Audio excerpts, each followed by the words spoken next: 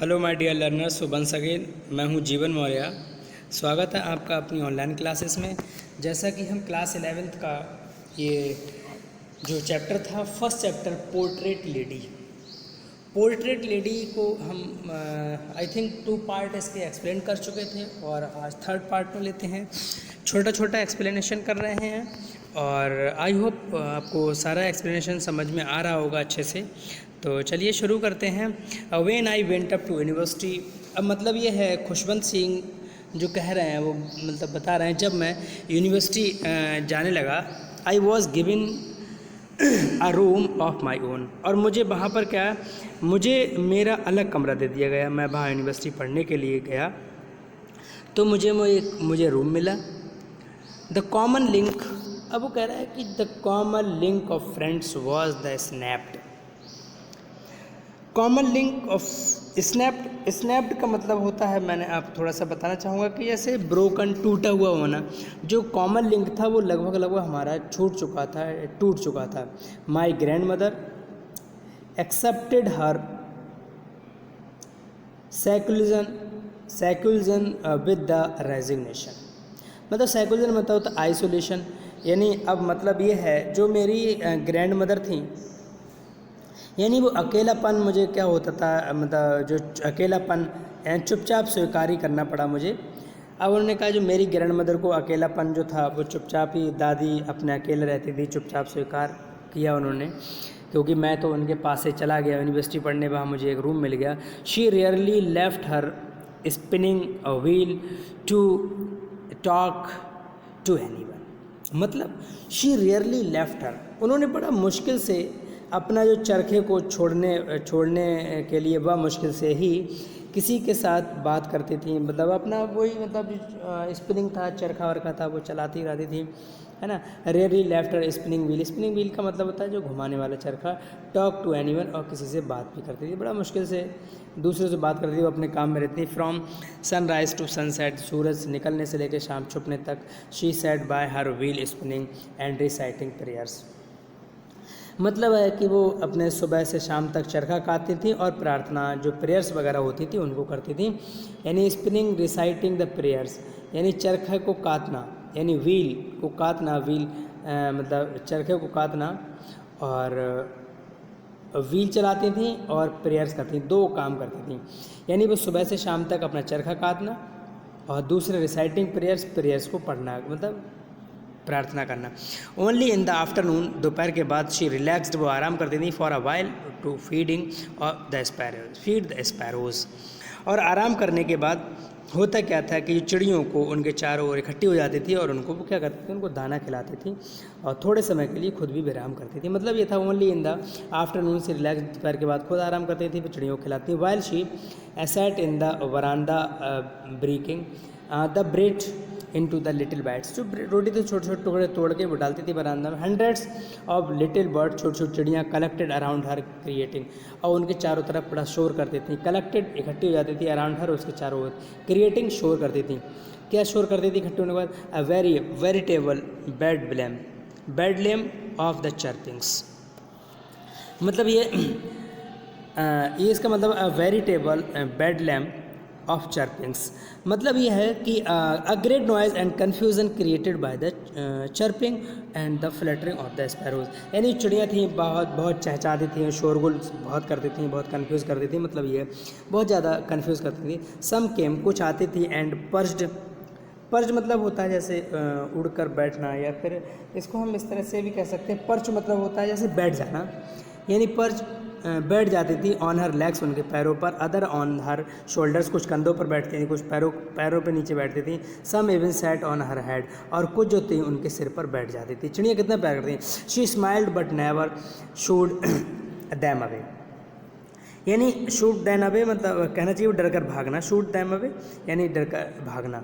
अब मतलब ये है, शी स्माइल्ड, मुस्कुराती थी, लेकिन नेवर शूट दैम अवे, लेकिन कभी भागती नहीं थी उनसे। It use to be happiest half hour, वो आधे घंटे तक बहुत खुश रहती थी ऑन हर डे, अपने दिन में, यानी दिन में आधे घंटे तक जब वो दाना वाना खिलाती थी मेरी दादी माँ। खुशवंत सिंह कह रहे हैं, इस स्टोरी को बता रहे हैं कि बड़ा खुश रहती थी वो, बड़ा मुस्कुराती थी, पर कभी उन्हें भगाती नहीं थी। ये आधे घंटे तक उनके लिए पूरे दिन में सबसे ज़्यादा खुशी का दिन होता था। मतलब आधे घंटे तक दाना वाना खिलाती थी, वो बहुत दिन खुशी का होता था उस समय के लिए, है ना उनका। नेक्स्ट है हमारा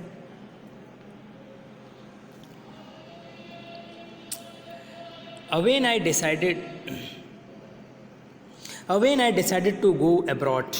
abroad का मतलब होता है, देखिए learners, when I decided to go abroad, abroad मतलब होता है जैसे फॉरेन कंट्री जाना, दूर चलाना। जब मैंने डिसाइड किया बाहर जाने के फॉर फर्दर स्टडीज़, आगे की पढ़ाई। खुशवंत जी ने कहा कि जब मैंने अब यूनिवर्सिटी की पढ़ाई के बाद और ही मैंने सोचा कि कुछ फर्दर पढ़ाई की है तो बाहर विदेश जाने की मैंने सोचा था, डिसाइड किया। आई वॉज श्योरली, निश्चित रूप से, my grand mother would be upset. अब उन्होंने सोचा कि वास्तव में जब मैं सोचूंगा बाहर जाने के लिए, तो मैं जानता था कि मेरी दादी माँ मुझसे परेशान ज़रूर होंगी, है ना।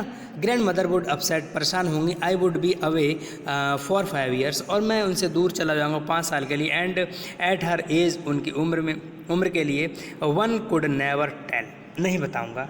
उन्होंने कहा कि मैं 5 साल तक बाहर रहना था, और दादी की जितनी उम्र थी, कोई नहीं कह सकता कि वह कब तक जिएंगी। कोई नहीं कह सकता था कि वो नेवर कुड टेल, कोई नहीं कह सकता था। But my grand mother could, कब तक रहेंगी। She was not even the sentimental. Sentimental का मतलब जो होता है, देखिए लर्नर्स, मैं बताना चाहूँगा, सेंटिमेंटल जो होता है जैसे डेरविंग फ्रॉम द फीलिंग और ऑफ सैडनेस, मतलब भावुकता। सेंटिमेंट होता है, वो भावुक लोग होते हैं, बहुत ही जल्दी भावुक हो जाते हैं, ये उनका सेंटिमेंटल कहलाता है ना। थोड़ा सा और मैं बताऊं सेंटिमेंटल के बारे में, जैसे कहना चाहिए था जो सेंटिमेंटल होता है, कहते हैं बहुत ज़्यादा भावुक पर्सन है, सेंटिमेंटल पर्सन है, बहुत जल्दी मतलब भावनाओं में बह जाता है, सेंटिमेंटल कहलाता है ना। शी केम वो आई टू लीव, मुझे छोड़ने, at the railway station, but did not talk, लेकिन मैंने नहीं कहा कुछ भी, उन्होंने कुछ नहीं कहा। यानी शो एनी इमोशन, कोई भी भाव किसी भी तरह से व्यक्त नहीं किया, कोई भी भावना अपनी व्यक्त नहीं की, भाव व्यक्त नहीं किया जब मुझे स्टेशन पर छोड़ने आई तब। हर लिप्स, उनके होंठ मूव्ड, थोड़े से हिले थे, इन प्रेयर, प्रार्थना में। हर माइंड, उनका मस्तिष्क वाज लॉस्ट इन प्रेयर, और उनका मस्तिष्क भी प्रार्थना में मतलब हिलने लगा, मतलब होंठों से कुछ बोलने लगी, सिर थोड़ा हिलने लगा। वो प्रार्थना कर रही थी अपने मतलब जो नाती की मतलब खुशी के लिए प्रार्थना कर रही होंगी, ईश्वर से दुआ कर रही होंगी, गॉड से प्रे कर रही होंगी। एंड माइंड वॉज लॉस्ट, पूरा मस्तिष्क उनका खो गया था, पूरी तरह से खो गई प्रार्थना में। हर fingers were busy telling the beads of her rosary, यानी और जो उनकी बीड्स, जो माला थी, बीड्स मतलब जो रोजरी गारंट थी, जो माला थी, वो मोतियों की जो माला थी वो घुमाने लगी। यानी उनके होंठ जो हिल रहे थे, प्रार्थना में मग्न थी, उनकी उंगलियां अपनी जप माला मानकों को गिनने में व्यस्त हो गई। मतलब बीड्स मतलब होता है जैसे गिनना, छोटे छोटे दाने हो गए। साइलेंटली शी किस्ड, और धीरे से उन्होंने मेरा किस किया मेरे माथे पर। एंड व्हेन आई लेफ्ट, मैं चला वहाँ से, चेरिश्ड, बहुत खुश था। The most imprint as perhaps, शायद last side of physical contact between us, यानी हमें ऐसा लगा जब मैंने उन्हें छोड़ा तो उस नम छाप को मतलब मैंने अपने हृदय में संजो लिया अच्छे से, क्योंकि शायद उन्हें मुझे लगा कि मेरा अब जो पहली बार ही उनका स्पर्श है, पहली बार ही मुझसे मिल पाएंगे, आखिरी निशानी है वो मुझसे मिल पा रही हैं। खुशवंत सिंह का ऐसा मानना था। तो फिर दूसरी बात थी, but that was not so, क्योंकि वो रीज़न ये था कि बहुत बूढ़ी थी, बहुत कमज़ोर हो चुकी थी, उनका सिर भी हिलता था, अपने प्रार्थना पूजा पाठ में ही लगी रहती थी बेचारी। तो उनको लगा कि अब मुझे लग रहा है कि पहली बार ही मेरी मुलाकात होगी, इसके बाद अब हम लोग नहीं मिल पाएंगे एक दूसरे से। But that was not so after 5 years। अब होता क्या है, लेकिन ऐसा नहीं था, but that was not so, लेकिन ऐसा नहीं था, दैट वॉज नॉट सो, लेकिन ऐसा नहीं था। But 5 years I came back home, मैं जब 5 साल के बाद घर वापस आया, अब जब आया, and was met me by her at the station, और मैं उनसे स्टेशन पर मिला। She did not look day older, यानी वो जैसी 5 साल पहले दिखती थी वैसी दिखाई दे रही थी।